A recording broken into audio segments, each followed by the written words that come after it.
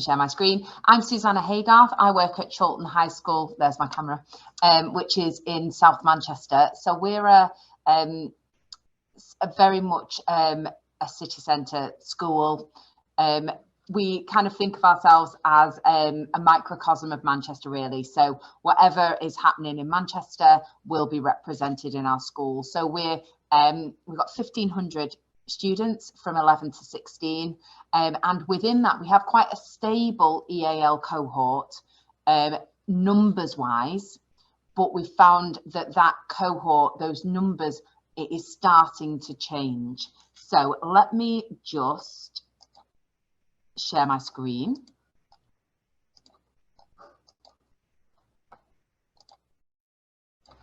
Okay, so what I thought in this 5 minutes is that we could do 3 things. So the first thing, I thought I would explain why we chose to undertake the Quality Mark assessment, what we gained from the assessment, and then how we meet, assess and integrate our international new arrivals. So when we look at why we chose to undertake the Quality Mark assessment, as I said, we do have a stable local cohort of bilingual students. So around a quarter to a third of our students, it can fluctuate year on year, confirm that they are EAL.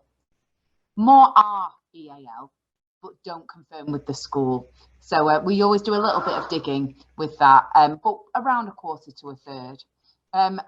Our cohort of international new arrivals, however, has increased and diversified and is continuing to do so.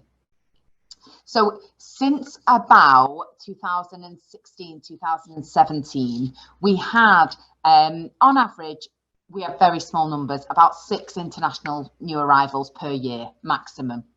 And now in the last 2 months, we've had over 40. So it's been a huge change for us. It's been a gradual change since about 2016-17, but now it is a significant shift. What we've done between about 2017 and last year is we developed our EAL provision. So we developed a hub, like a school within a school approach, and it indicated to us that it was successful, but we needed to confirm that by using an external assessment process. So listening to the other speakers from primary schools, what our assessor, Chiaka, said was that she was pleasantly surprised at how we had a similar approach to a primary school. So we were very family oriented, very, we were focused very much on students and families feeling like they belonged. So we have a base in the school building where the students are based when they first arrive, and we meet their parents, and their parents become part of our family too. And then the students gradually attend mainstream lessons. So what we gained from the Quality Mark assessment was, the first thing was the framework was rigorous. I found I had to work hard to make sure that my evidence was collated and that I was sure of each piece of evidence. And that meant I had to be organised, it had to be wide ranging, and I had to be ready for any questions.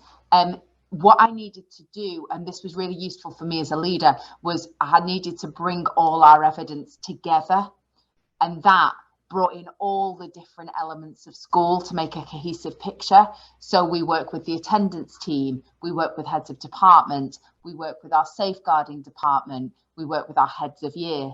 And I had to bring all that together on one piece of paper. And that was really useful for me to map what we were doing, to make it tangible. And because I have kind of driven this to be a standalone department within school. So that was really interesting to have it written down. It meant I had to be organised, but I had to collaborate. And we've always done that. And it just formalised it in a really useful way for me. For my staff, we're lucky, we're really well resourced. We have lots of space, we have lots of people. And what happened with the Quality Mark is, as we were putting it together as a team, it built our confidence in what we were doing. but it also tested that confidence during the interview and assessment process, because we thought we were ready, we thought what we were doing was good, and then to have an external person ask us about that was really useful.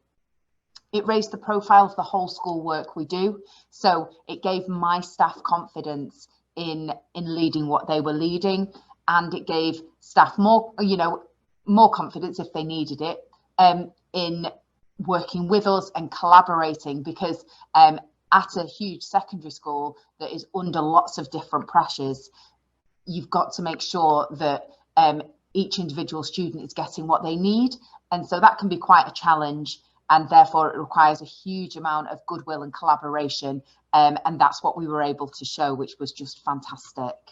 It allowed us to reflect on our development and processes.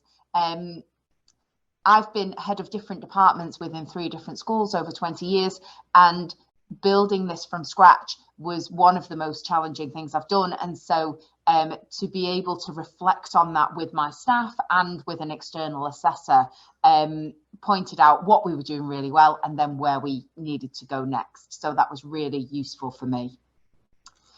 So just to zoom in on how we work with our international new arrivals, our system is based on information from Solihull Local Authority, who have been doing this brilliantly for years, as I'm sure a lot of people attending this webinar have. We work with 2 local secondary schools who have experts in welcoming new arrivals, because they have much bigger numbers than us, and they've been brilliant in sharing best practice.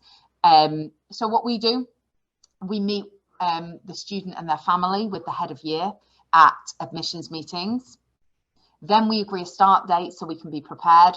It sounds like a tiny thing, but in a big secondary school, when things are moving very quickly, you have to know who is starting and when. And to an extent, we need to control that. So we have timetables ready. We have everything that student needs ready, so that we have the right staff available. Because of course, every student is different and they're all going to need something slightly different. And I think primary schools get that right. And I think in a secondary school, it can be quite a challenge to get that right for individual students. It sounds really tiny, but to have an agreed start date that we have suggested helps us be ready. So the smoother the start, the better the experience for everyone. On their first day, we meet them and then they have a tour of the school with a native speaker. We use the Young Interpreters Scheme too at secondary school, and it's been an absolute pleasure to watch our students revel in the use of their first language, or sometimes second language, sometimes third language, as they give tours with us.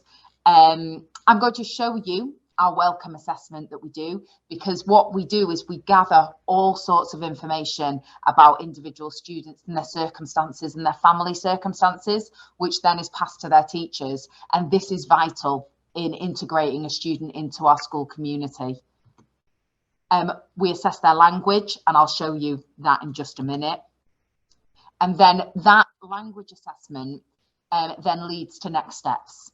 So we use the scale of language acquisition, so A, B, C, D, E, that the government used a few years ago for the census, that now they don't. We still use that because it means that as a staff, we have a common language when we talk about students. So we would be able to send an email to all staff to say, we've got a new student, they're assessed at an A, please check your lists. You know, if you teach them, get in touch.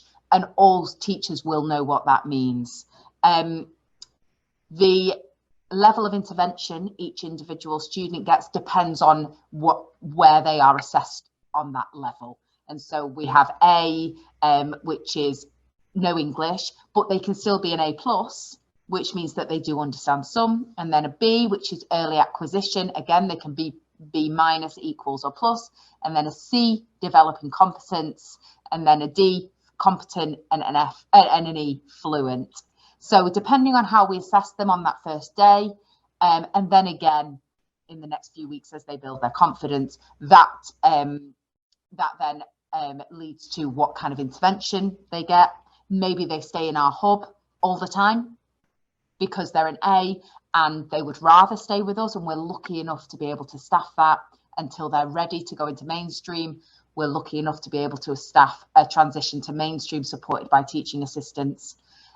Maybe they go straight into mainstream, maybe they're a high B or a C, maybe they're confident, maybe they've got lots of native speakers around them, and so they'll go in with differentiated work. And of course, we because every student is different, they might need differing levels of pastoral support. A lot of students use our hub as a base, but go to all their mainstream lessons. So they come to us for a place to leave their bag, maybe they have their lunch with us, and that's just a lovely thing for us to be able to do. So if I just show you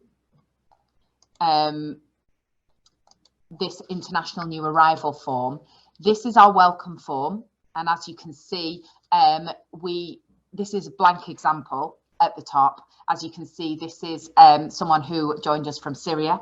So we put, we recognise that they will speak, a lot of our students speak multiple languages. Last year I was working with a student on her Italian GCSE who spoke 6 languages, and you just would never have known if we didn't work with them on the additional languages GCSEs. It was brilliant. We also we can't see that form. We can see your slides. Let me do it now. Let me do it now. There you go. You can see it now. Yeah? Yeah, that's working. Yeah. We also recognise that they have perhaps a different country of origin to where they last lived. And then we put some language on there. And then we ask these questions. So who are they with in the UK? Do they speak English at home? Who's in the country of origin? What previous experience do they have of the English language? What previous schooling? What interests, skills and talents? And then what are their plans for the future? We do this often with a translator, sometimes with a young interpreter, sometimes with Google Translate. And then as I scroll down, you'll see one of the staff will assess them and give other teachers really clear information and targets that this student is working on. If I just show you what those assessments look like, this is for students who perhaps will be level 1 or 2, so level A or B.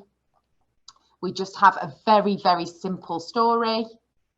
I'll just scroll through, and they have to answer very simple questions. It is sometimes they will write, or sometimes we will scribe for them just to get any thoughts down. Sometimes we would translate the whole story into first language to see what happens, if that works best for that student. And then if they are clearly quite competent at English, they will have a slightly more difficult text. And then again, same kind of question. So summary, comprehension, a bit of inference, and then some writing. And what we find is those assessments are tried and tested, and they tend to lead us straight to whether that student is an A, B or a C. And then that means we can plan their interventions really well. Okay, that's it from me. I hope that was useful. Thank you, Graham, for inviting me to speak.